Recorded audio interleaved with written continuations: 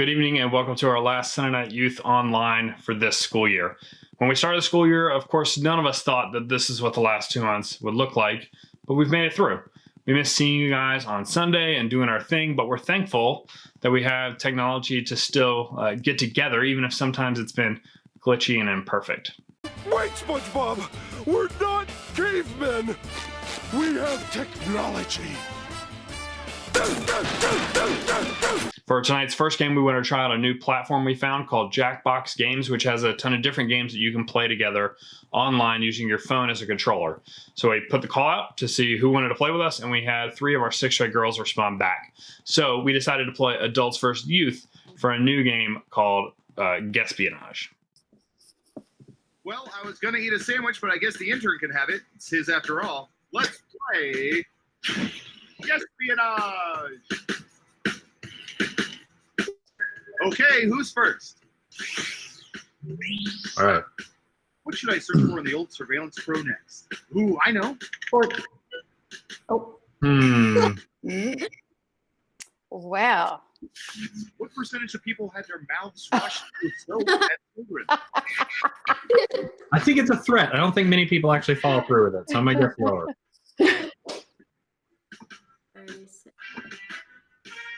Okay. Did any of you have your mouths washed out with soap, Dana or Aaron? No. I was told that if I was going to talk with a potty mouth, I had to go to the bathroom. And of course, like, I took it seriously. One of you thinks it's higher. And Surveil says... Please be true. Oh my goodness! Wow. Oh man, I was so close. sad. I was so close. Wait, what would happen if you were right on it? Would both people be wrong? Yeah, would you get extra points or? If I got it exactly, Uh-huh. I think you get 3,000 points if you get it exactly. Okay. I was hoping for that 1% over, not under. So sad. What percentage of people are Facebook friends with one or more of their old high school teachers? See, I am. Okay. What's the thought process here, Dana? I don't know. Like I'm Facebook friends with one of my teachers that I loved, but not everybody loves their teachers. We're just, yeah, we'll guess. Okay, let's see. Easy. Say it already. Just one person says lower. And the correct answer is... Give me like 80. 56. Wow, okay. It's a lot of people. Well, that makes me feel better. I'm friends with professors and teachers. Got it right. A Here's lot. some points. Good job, guys. Natalie and Isabel, back-to-back right answers. Good job.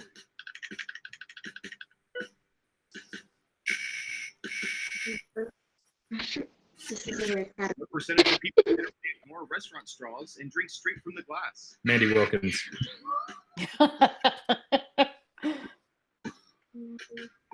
35%. Okay, higher or lower? Easy.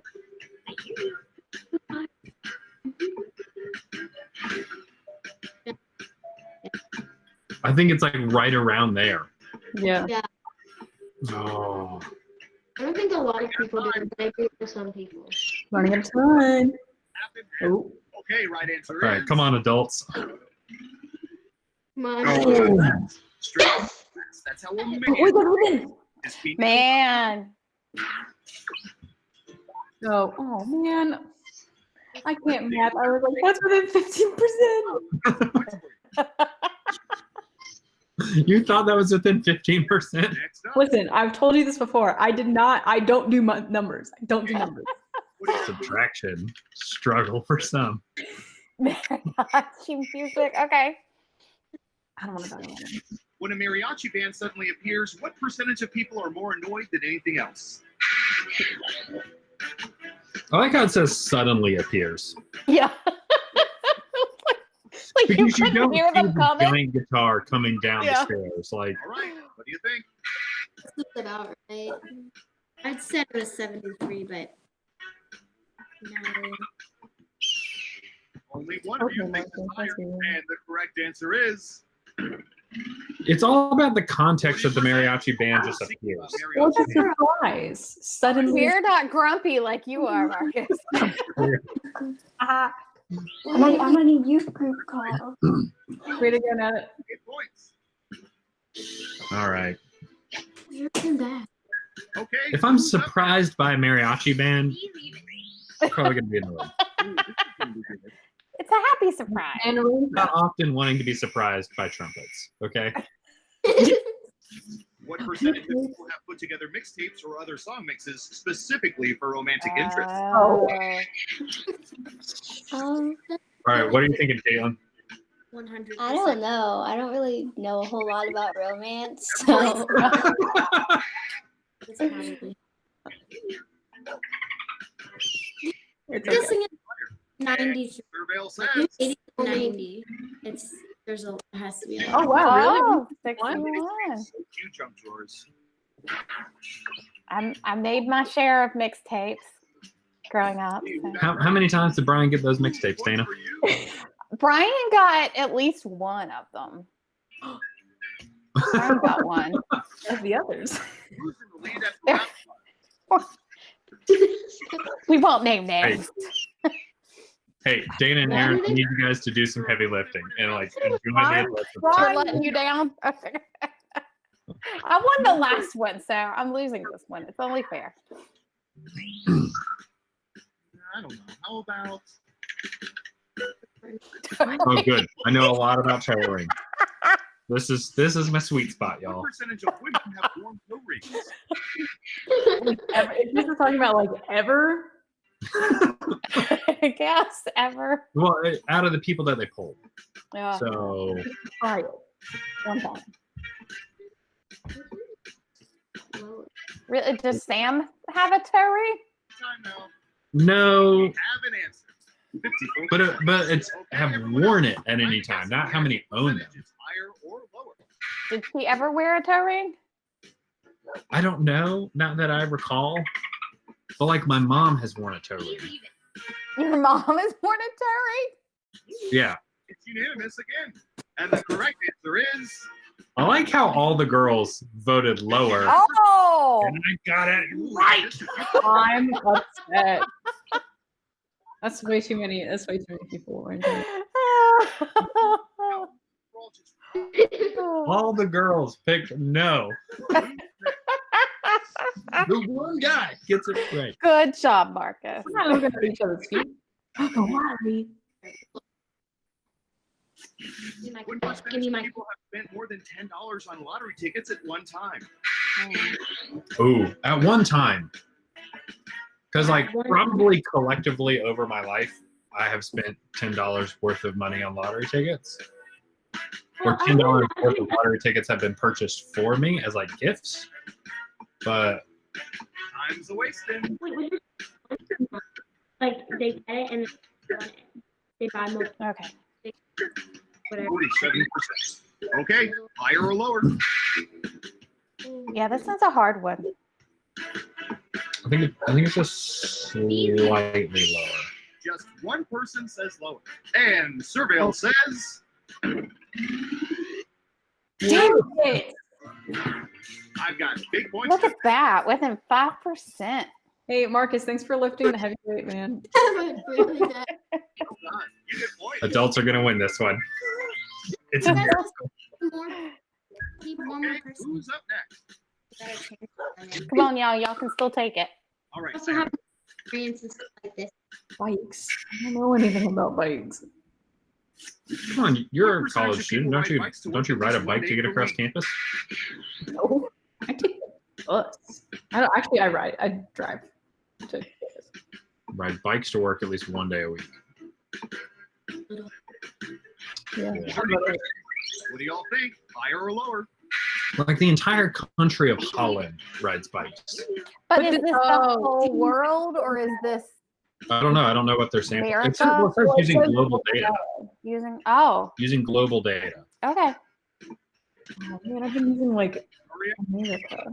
I Now don't let's get to the right answer. 3%.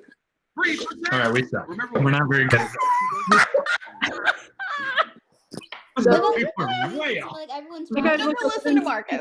10%. Oh Don't my listen to me about bikes, just listen to me about toe rings. record you all, my brother. He's gonna say, "Oh, bet." All right. What percentage of people have Natalie visited Elizabeth. Walmart between midnight and 4 a.m.? That's when it's fun. Every college student ever, Uh-huh. Every Pretty much, person yeah. that's ever which is worked only like and ever. 30% of the population. But Higher or lower? At least I like to do it. I might go. Not that far. Hmm. A lot of people go. I'm gonna go with this a little higher. I think it's close to that. But Yeah. Looks like an even split. Okay, let's see the right answer. Oh, yes, I thought it was right around there, but I thought it was just lower. Let's see who got it right. Here's some points. nice job, Team Natabo. Right on it. That was so That's close. good. Good. Subject. Oh, I need a lot. Here's something I won't have to worry about on an agent's salary. Caitlin, you can do this. What percentage of people would choose a posh city penthouse over a sprawling country estate? Mm. A lot of people, right? Because 71%. most of Okay. like global Higher or population lower? is in cities. Most people live in cities. Yeah. Is that by choice or by job? I don't know. I'm gonna be the odd one out. Okay, never mind. I'm not the odd one out. No, I'm really not the odd one out. We're really risking it here by all Yeah, we are. betting lower. I put mine in first, so Oh yeah! Oh. You get points, but barely. Yeah. Bye, Natalie. Got it right. that's okay. It's okay. I've got some points for you. I told you. You guys are technically still beating me. We're gonna be No problem. No. Final round. Okay. On around. All right, y'all can do it. The subjects and found the most popular answers to this question. After red, what's the next best color for a fast car? Here are the most popular answers. For a fast car? Yeah. You'll need to pick the 3 most popular answers to get points. Ready, go!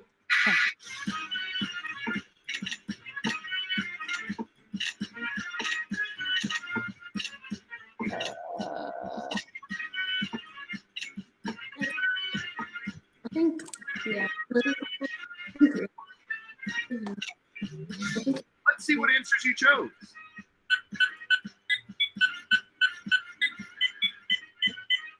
Now let's take a look at the results. No one's liking pink or purple. No. No.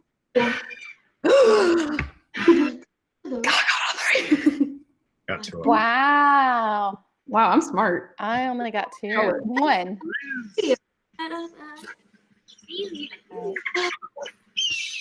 Yes! Oh, Marcus. Marcus won. No. Leaders. Oh. Okay, everyone played a really good game. All right. That is it. Good job, guys. Thanks for playing job. with us. Welcome. This was fun. I That enjoyed was fun. It was something we haven't done. Yeah. It do was you guys think? something different for my day. Thank you. So thank you guys for playing with us. Because you guys are such great sports and did this game with us, we'll award the points to the 6th grade girls all the same, even though they had a choice. So thank you guys for playing. Thank you. Bye. Bye. Bye, guys. Thanks to Isabel, Natalie, and Caitlin for playing with us. We found other fun games at Jackbox that you can play together with your friends or your small group online as we continue to practice social distancing. This game worked for us as a competition kind of game, but there are plenty of others that you can check out, and we recommend playing with friends during the season. So let's check out the results from our small group competition then. The 6th grade girls got on the board, but ultimately it was the 6th grade boys who won with 40 points in middle school. In high school, the 12th grade boys went back to back, winning for the 2nd semester in a row. Congratulations to both those groups. We'll have to get a little creative for what your prize might be, but we'll connect with your small group leaders in the next week in order to work that out.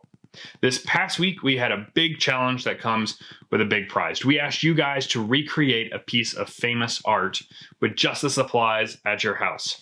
We got some good entries, but we had 2 entries in particular that were really close. Let us know which one your favorite is in the live chat of this video. Ultimately, we decided to give the prize to Meredith Purdy. Congratulations, you win a $25 gift card, and we'll work to get that safely to you this week. All right, so moving on, this is our final week of our Love-Hate series, and this time, we're talking about what it might look like to assume the best about other people. Here's Dana to talk about it more.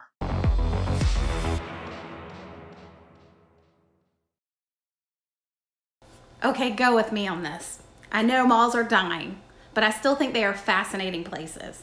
Besides the fact that it's high quality, grade A people watching, malls are a place where hundreds of very different brands with completely different vibes all sit side.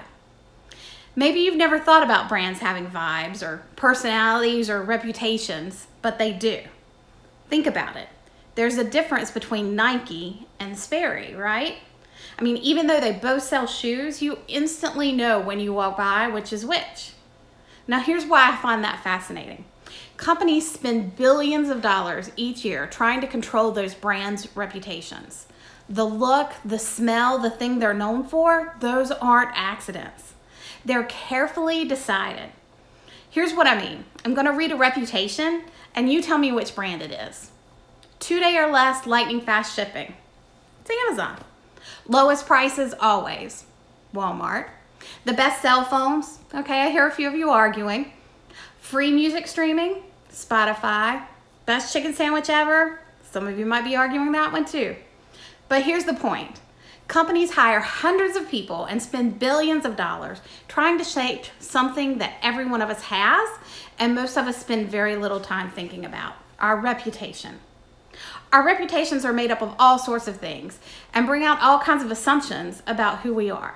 I mean, just think about the various groups in your school and the assumptions you've made about people who are a part of them. Assumptions like every rich kid is, you fill in the blank. Or the white, black, Hispanic, Asian kids are, the people with TikTok clout are, the AP honor students are, the football players are, the people that are really into band are.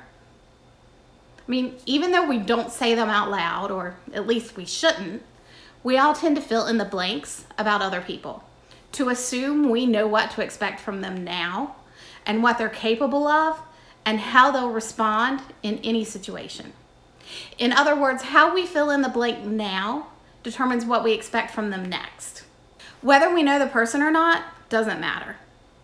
We know their reputation, or we build one for them in our minds based on a single action or a single person in their group. Now, this isn't a teenager thing. This is a human thing. We all do it. But where do these assumptions come from? Well, I think they come from a lot of places, but the following stand out the most. Experiences. We have experiences of what someone like them did or said to us, and we use those experiences to prejudge what this person is like.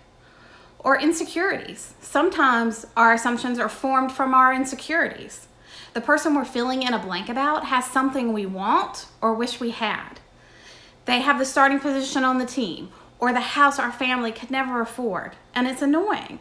We automatically assume the worst about them because they remind us of how far we feel from being the best.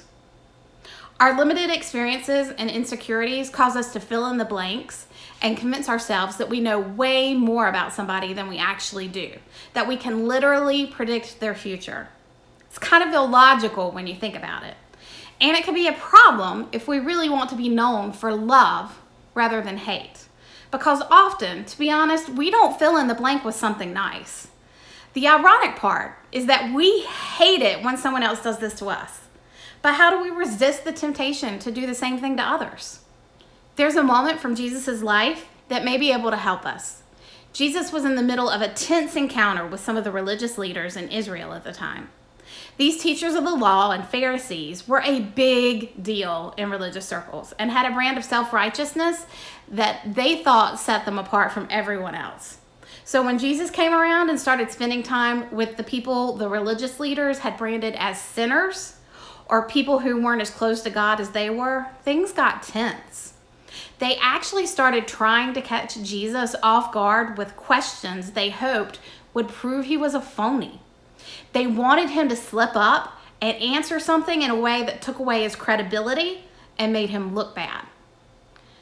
During one of these encounters, after some people had gathered to listen to Jesus teach in the temple, the religious leaders caught a woman in an R-rated situation. So they dragged her in front of Jesus to see how he would handle the punishment. And I think that what unfolds here shows us a different way to live instead of filling in the blanks about other people's reputations. So check this out. As he was speaking, the teachers of religious law and the Pharisees brought a woman who had been caught in the act of adultery. They put her in front of the crowd. "Teacher," they said to Jesus, "this woman was caught in the act of adultery. The law of Moses says to stone her. What do you say?" They were trying to trap him into saying something they could use against him. That's from John 8. So don't miss this. The text says that this woman had been caught in the act. She was literally committing adultery when the leaders found her. We can assume she was already pretty humiliated, and the law demanded that people respond by literally throwing rocks at her until she died. And so the religious leaders wanted to make Jesus choose in front of a crowd of people. Was he going to overlook this woman's obvious sin and ignore the law of Moses, which would take away Jesus' credibility as a teacher and anger the religious leaders? Or would he allow her to be stoned, causing the crowd to turn on him? It was a trap. The leaders knew it was a trap. That was the point. So let's look at what happens next. But Jesus stooped down and wrote in the dust with his finger. They kept demanding an answer, so he stood up again and said, "All right, but let the one who has never sinned throw the first stone." Then he stooped down again and wrote in the dust. When the accusers heard this, they slipped away one by one, beginning with the oldest, until only Jesus was left in the middle of the crowd with the woman. Then Jesus stood up again and said to the woman, "Where are your accusers? Didn't even one of them condemn you?" "No, Lord," she said. And Jesus said, "Neither do I. Go and sin no more." I mean, that's a mic drop right there. I'm not sure we can fully understand the tension of this moment. These religious leaders who built their brand on appearing better than others and pointing out the sins of others are totally put in their place. Basically, Jesus is saying, you're quick to point out what everyone else has gotten wrong, but what about you? Have you ever gotten it wrong? Then one by one, these leaders realize their plan backfired. Jesus kindly and lovingly releases the woman, who is literally afraid for her life, and tells her to go in freedom and live her life differently. Can you imagine? Listen, everyone here was guilty of something, both the religious leaders and this woman. And Jesus had a message for both of them. What is possible for your future isn't determined by your past. Not if you're a Pharisee and not if you're the woman. Both are guilty and both are free to go. Both had a reputation for being one way, and both can choose to leave differently than they arrived.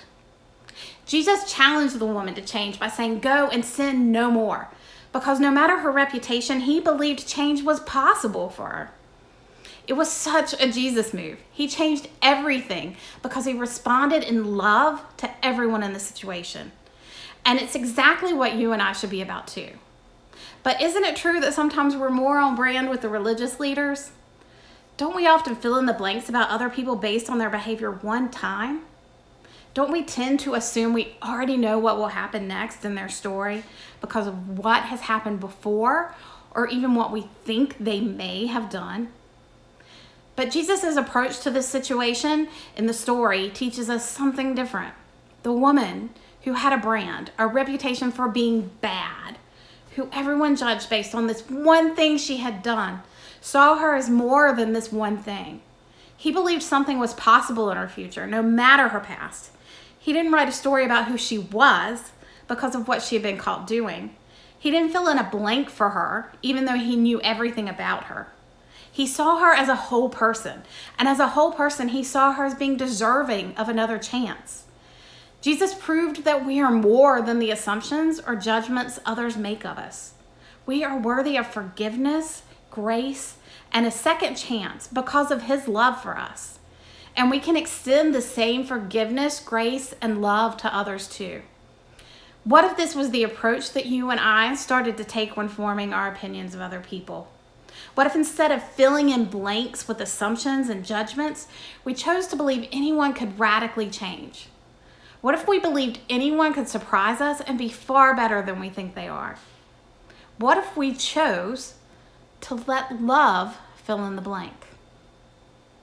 This would change a lot about the way we think about and treat other people, wouldn't it? I mean, not only that, it would also change a lot about the way we think of ourselves too. We may wind up realizing we're not as terrible as other people have made us feel, or we're not as perfect as we may think. There is something both encouraging and humbling about Jesus' approach. It puts all of us on the same level as people God loves and people Jesus died to forgive and set free, not just the sum total of our actions. In other words, when we fill in the blank with judgment or hate, we are only seeing part of a person, their actions or whatever they did that was wrong or something we don't like. But when we fill in the blank with love, we're seeing others as humans, more than what they have or haven't done, but as individuals, as people whose story isn't over, whose story isn't even written yet. So when the opportunities for assumptions and judgments starts flying at you, take these steps toward a new approach. Stop and think about how others have filled in the blanks about you. When you make an assumption about someone, about how they are or what they will do, stop. Stop and think about your own life. How have people underestimated you? How have they judged you? How have you experienced the other side of someone filling in the blank? Remember, Jesus' forgiveness brought you to a place where your life started to change for the better. Then treat other people the way Jesus has treated you, with grace and love, assuming their best days can be ahead of them. Think about how you've wrongly filled in the blanks for someone else. Who is someone you think you know, but you really don't? Who have you filled the blanks in for in a negative way without learning the whole story of them? What if you chose to fill in the blanks about them with Jesus' brand of compassion? What if we chose to let love fill in the blank for what we think about someone now and what we expect for them in the future? Okay, here's where it gets a little personal. Everybody does this. We all need to ease up on our assumptions and judgments. But when it comes to church and church people, getting this right is even more important. Maybe you tend to assume, they don't belong here, or I don't belong here, or they'll never change, or people like that, or people like me always fill in the blank. But here's the thing, friends. Statements like those, as easy as they are to make, take the Christ out of Christianity. There's no Jesus in them, and so they should have no place here in us. Jesus made it so clear with the woman, with the Pharisees, and with nearly everyone he ever met, that love never fills in the blank with never. There's always hope for change. When we choose to follow Jesus' example and take these steps, we're choosing to let love fill in the blank instead of our quick or shallow assumptions and judgments about who they are now and who they can become. Just imagine with me what would happen if this is how we spent our time forming opinions of those around us. Instead of assumptions, stereotypes, and preconceived notions based on a part of a person, we would be people who believed everyone is worthy of love and has hope for a great future. If this is really what Jesus is about, doesn't it cause you to be a little more interested in his brand? I mean, we can be people who let love fill in the blank about others. When we do this, we will be people known for our love of others, just like Jesus was, and just like Jesus intended for his people to be. Pray with me. Lord, thank you. Thank you that the blanks that are filled in don't have to be the final word. Thank you for believing in us and loving us so much that you believe we always deserve a second chance. Help us, Lord, to take that into our lives. Help us to use that when we're confronted with other people. Help us to remember to let love fill in the blank instead of hate, and to stop our judgments and assumptions based on part of who people are. Help us to see everyone through your eyes as a child of God, someone totally loved and worthy. It's in your name we pray. Amen. Okay, that's it for this week. Things continue to change as we watch the news and try to follow the guidelines laid out by our governor, so we'll continue to adapt and change. Be sure to stay connected through the summer by subscribing to our weekly newsletter. You can sign up on the website at apexumc.org/ym, and there'll be a place for you to fill in your email address. Yes, registration opened up today, and we know that it may be difficult to decide whether or not you'll participate in Yes without knowing more about the state of the health crisis in September. We're opening it now to get a feel for how many people would think about doing it, and as we get closer to Yes, we'll of course look to evaluate and potentially open registration back up in August in the event that we'd plan to move forward. You can find out more info at apexumc.org/yes. That's it for now. We miss you guys, and we look forward to seeing you guys when it is safe for us to do so. Have fun in your small groups this week.